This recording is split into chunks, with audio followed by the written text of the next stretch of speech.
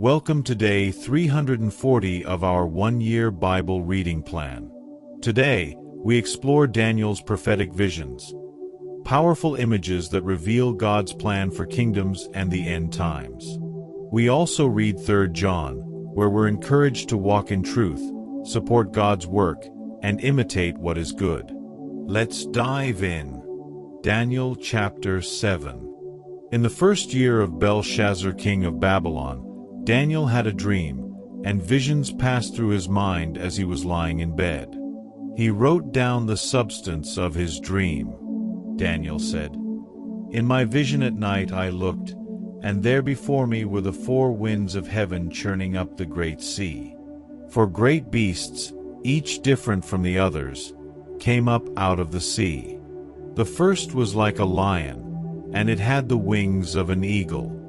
I watched until its wings were torn off, and it was lifted from the ground so that it stood on 2 feet like a human being, and the mind of a human was given to it.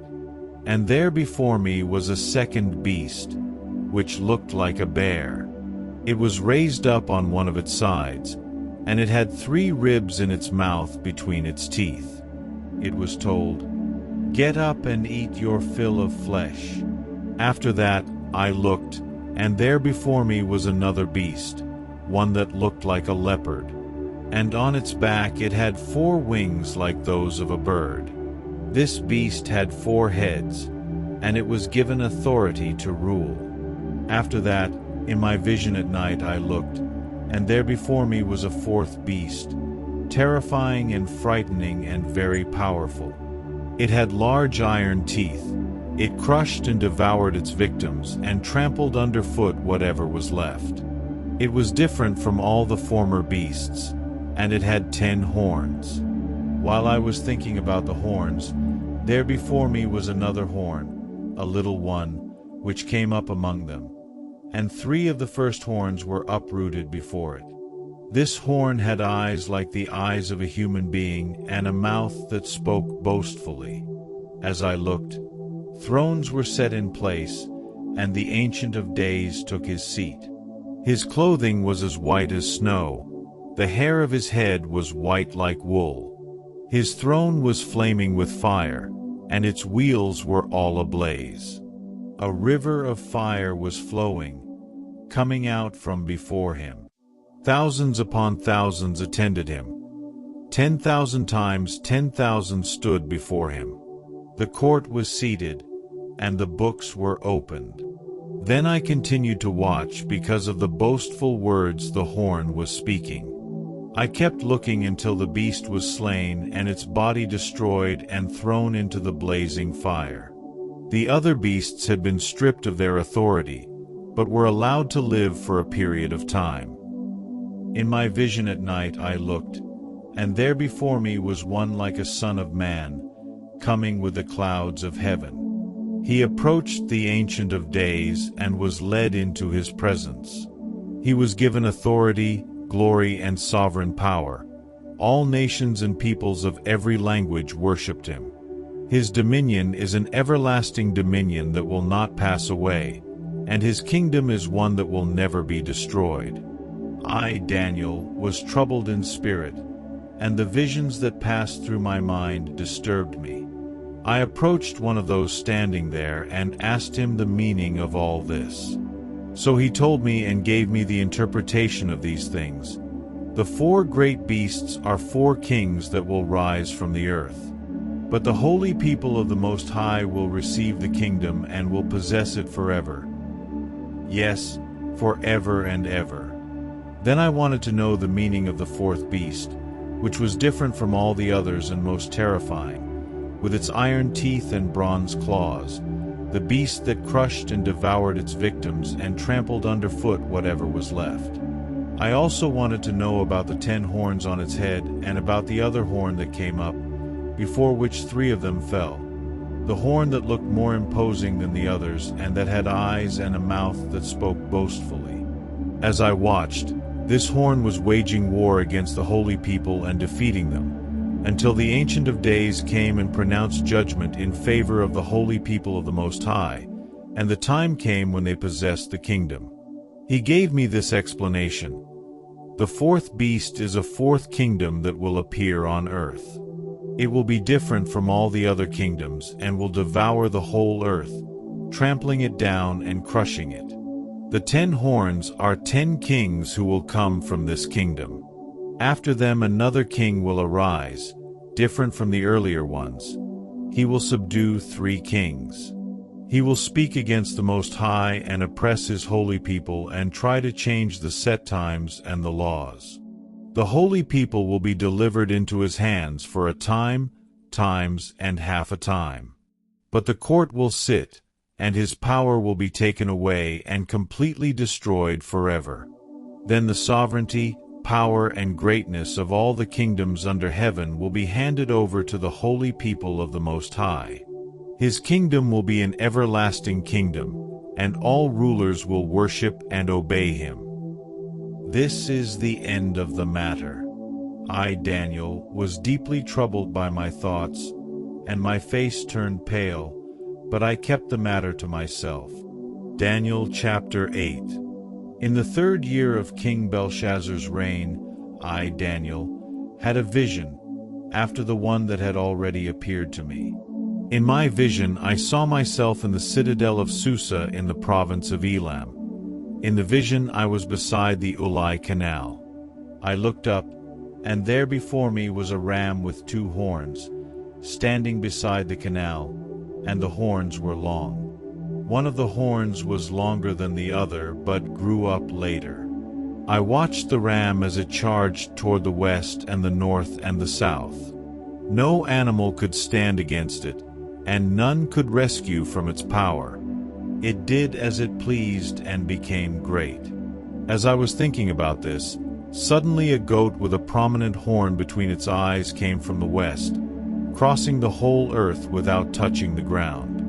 It came toward the 2-horned ram I had seen standing beside the canal and charged at it in great rage. I saw it attack the ram furiously, striking the ram and shattering its 2 horns. The ram was powerless to stand against it. The goat knocked it to the ground and trampled on it, and none could rescue the ram from its power. The goat became very great, but at the height of its power the large horn was broken off, and in its place 4 prominent horns grew up toward the 4 winds of heaven. Out of one of them came another horn, which started small but grew in power to the south and to the east and toward the beautiful land. It grew until it reached the host of the heavens, and it threw some of the starry host down to the earth and trampled on them. It set itself up to be as great as the commander of the army of the Lord. It took away the daily sacrifice from the Lord, and his sanctuary was thrown down. Because of rebellion, the Lord's people and the daily sacrifice were given over to it. It prospered in everything it did, and truth was thrown to the ground. Then I heard a Holy One speaking, and another Holy One said to him, "How long will it take for the vision to be fulfilled, the vision concerning the daily sacrifice, the rebellion that causes desolation, the surrender of the sanctuary, and the trampling underfoot of the Lord's people?" He said to me, "It will take 2,300 evenings and mornings. Then the sanctuary will be reconsecrated." While I, Daniel, was watching the vision and trying to understand it, there before me stood one who looked like a man. And I heard a man's voice from the Ulai calling, "Gabriel, tell this man the meaning of the vision." As he came near the place where I was standing, I was terrified and fell prostrate. "Son of man," he said to me, "understand that the vision concerns the time of the end." While he was speaking to me, I was in a deep sleep, with my face to the ground. Then he touched me and raised me to my feet. He said, "I am going to tell you what will happen later in the time of wrath, because the vision concerns the appointed time of the end. The 2-horned ram that you saw represents the kings of Media and Persia. The shaggy goat is the king of Greece, and the large horn between its eyes is the first king.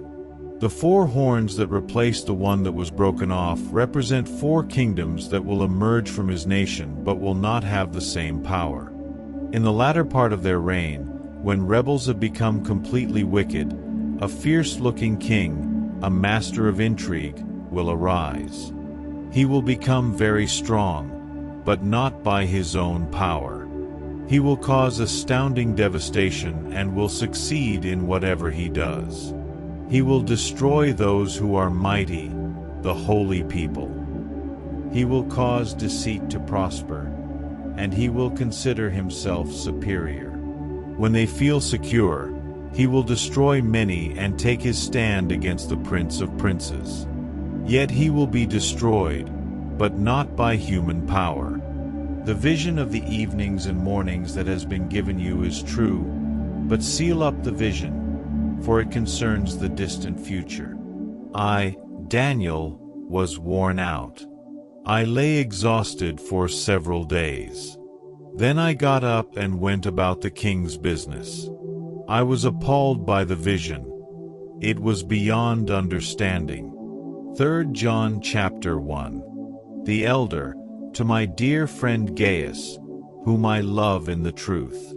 Dear friend, I pray that you may enjoy good health and that all may go well with you, even as your soul is getting along well. It gave me great joy when some believers came and testified about your faithfulness to the truth, telling how you continue to walk in it. I have no greater joy than to hear that my children are walking in the truth. Dear friend, you are faithful in what you are doing for the brothers and sisters, even though they are strangers to you. They have told the church about your love. Please send them on their way in a manner that honors God. It was for the sake of the name that they went out, receiving no help from the pagans. We ought therefore to show hospitality to such people so that we may work together for the truth. I wrote to the church, but Diotrephes, who loves to be first, will not welcome us. So when I come, I will call attention to what he is doing, spreading malicious nonsense about us. Not satisfied with that, he even refuses to welcome other believers.